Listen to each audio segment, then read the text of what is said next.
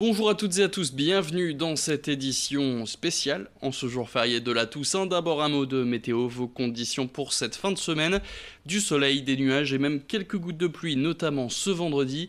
La bonne nouvelle, c'est que ça devrait s'améliorer pour ce week-end, surtout samedi. Par contre, les températures ne vont pas vraiment se réchauffer. Il fera 12 degrés au meilleur de ce jeudi, vendredi et samedi sur le nord et le Pas-de-Calais.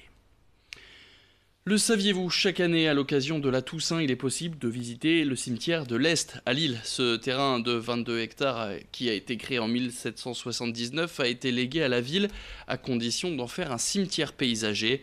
Presque 250 ans plus tard, le cimetière compte 3600 tombes. Ici sont enterrés l'ancien maire et premier ministre Pierre Mauroy, l'auteur du Petit Quinquin, Alexandre Desrousseaux, ou encore le général Faidherbe qui a donné son nom à de nombreuses rues dans la région. Alors pour visiter ce cimetière, renseignez-vous auprès de l'Office de tourisme de Lille. Plus d'infos tout de suite avec Céline Huret et Idil Gunaï. Contrairement à beaucoup de cimetières qui sont construits sur des plans orthogonaux, c'est-à-dire vraiment avec des rues, des allées extrêmement rectilignes, orthogonales, ici on a un cimetière qui est composé de multiples coins, recoins, de contre-courbes. Et en fin de compte, ça le rend tout à fait, je dirais, agréable aussi pour la promenade, puisque à part son caractère patrimonial et funéraire, c'est également un très bel endroit dans lequel on peut se promener. Et comme vous le disiez, il y a ici à peu près 550 espèces végétales différentes et à peu près 800 arbres qui composent ce cimetière. Donc avec une journée comme aujourd'hui, une belle journée d'automne, on voit tout à fait le cadre formidable de ce cimetière. La Toussaint, c'est aussi et surtout l'occasion de visiter les tombes de nos proches décédés et d'y déposer un bouquet de fleurs, par exemple des chrysanthèmes. Mais certaines personnes éloignées de leurs attaches ne peuvent le faire. C'est pour ça que certains fleuristes peuvent prendre le relais. Ils peuvent entretenir les tombes pour vous, comme par exemple ici, à Armentières, où Annabelle, la responsable de Fleurestil depuis maintenant 26 ans, s'occupe d'une vingtaine de tombes du cimetière situé juste en face de sa boutique. Pour elle, la Toussaint est une date et une fête importante, elle représente près de 3% de son chiffre d'affaires annuel. Nous l'avons rencontrée. On y va souvent plusieurs fois dans l'année. J'ai des clientes qui veulent que j'aille fleurir tous les mois. J'ai des clients où c'est 2 fois par an. C'est vraiment à eux à moduler s'ils ont des dates importantes, des dates anniversaires, s'ils veulent un nettoyage, deux nettoyages, s'ils veulent seulement que le fleurissement. On est vraiment là pour les servir en fait. Donc c'est vraiment eux à moduler selon leur désir. Attention si vous devez d'ailleurs vous rendre dans un de ces cimetières de la région, cimetières qui sont très fréquentés en ce moment et qui deviennent un repère pour les voleurs. Dans le nord, les actes de délinquance sont en recrudescence en cette période fin octobre, début novembre. La faute à des endroits souvent excentrés, à l'abri des regards, et beaucoup laissent leur voiture ouverte et se font piquer leurs sacs. La gendarmerie mobilise donc des effectifs pour patrouiller autour des cimetières et ils peuvent laisser un petit papier sur les pare-brises de personnes trop confiantes ou distraites. Un dispositif que la gendarmerie déploie près des magasins à Noël ou en forêt l'été, donc soyez vigilants si vous allez vous rendre dans un cimetière les prochains jours. Écoutez ce reportage et cette interview signée Xavier Silly et Céline Huret. Donc nous, on remplit le document en fonction de ce qu'on a constaté sur le véhicule et on appose sur le pare-brise le document afin que le conducteur sache que nous sommes passés et qu'il aurait pu éviter, enfin il n'a peut-être pas été volé, mais qu'il faut faire de la prévention pour éviter ce type de vol. Il ne faut pas tenter le voleur. Le document est très clair et c'est juste pour le passage, expliquer que s'il laissait les choses plus tard, il pourrait être victime d'un vol facilité par la disposition des biens à l'intérieur du véhicule. Et puis le grand angle de la rédaction, on va prendre l'air en ce jour de Toussaint, direction Calais, où le phare a récemment fêté ses 170 ans.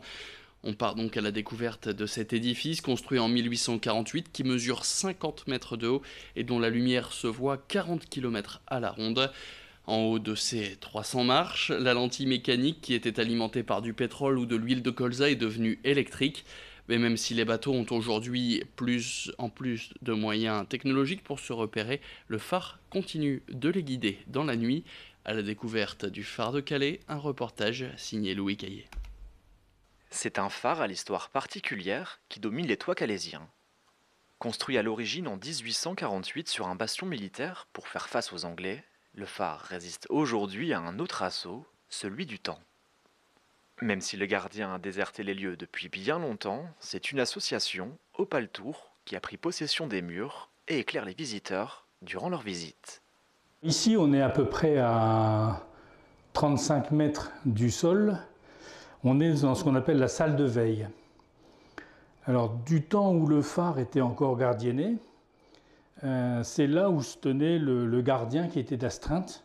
C'est-à-dire qu'on est à 2 étages de la lentille, parce qu'il fallait pouvoir monter souvent dans la nuit, soit pour remonter le mécanisme pour faire tourner la lentille, soit pour nettoyer la lentille, parce que quand c'était éclairé avec du pétrole ou de l'huile de colza, forcément il y avait de la suie, et il fallait constamment nettoyer et entretenir le système. Il y a un peu plus de 20 ans, le phare a bien failli disparaître. À l'époque, les constructeurs avaient opté pour de la brique de sable pour une question de coût. Mais celle-ci, poreuse, ne supportait pas l'humidité. Avec le temps, certaines d'entre elles se sont brisées et menaçaient de tomber sur la chaussée et sur l'école voisine. Une des possibilités, c'était de le tronçonner au tiers, retirer 2 tiers de sa hauteur et de planter un pylône à l'intérieur dans du béton. Et puis voilà, ça on sait faire, un pylône en 2 jours c'est monté.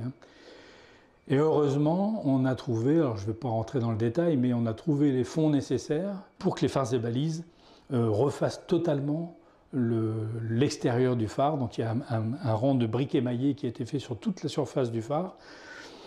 On m'a dit, c'est la dernière fois qu'on met autant d'argent dans un phare. C'était en 1994. Aujourd'hui, les marins n'ont plus réellement besoin des phares pour s'orienter. Les GPS, radars et autres systèmes d'aide à la navigation sont devenus la norme. À quoi bon conserver ce phare qui ne remplit plus vraiment sa fonction première ?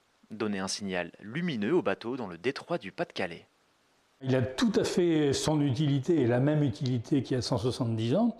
Alors, le phare de Calais, c'est un phare d'atterrissage. C'est-à-dire, c'est pour les navires qui croisent au large, c'est une aide à la navigation, puisque chaque phare a un code visuel, de jour comme de nuit. Le code de jour, c'est tour blanche, manchon noir. Il n'y a que le phare de Calais qui est comme ça dans les environs. De nuit, c'est le code lumineux. Donc nous, c'est 4 éclats groupés avec un cycle de 15 secondes. Alors chaque éclat a une durée précise, mais rien que les 4 éclats groupés, ça nous différencie largement des quelques phares qui vous alentourent. Pour se hisser en haut du balcon, à près de 50 mètres, il faut grimper les 271 marches. Une fois perché, le spectacle qu'offre la vue est exceptionnel. En face, les côtes anglaises, à l'ouest, le Cap Grinet. On comprend mieux, dans le contexte de l'époque, la nécessité de pouvoir observer ce qui se passe en mer. Et c'est la fin de cette édition. Merci à toutes et à tous de l'avoir suivi. Restez avec nous dans le prochain quart d'heure. L'actualité de la région, ce sera avec Adrien Lanois. Très bonne fin de semaine en notre compagnie.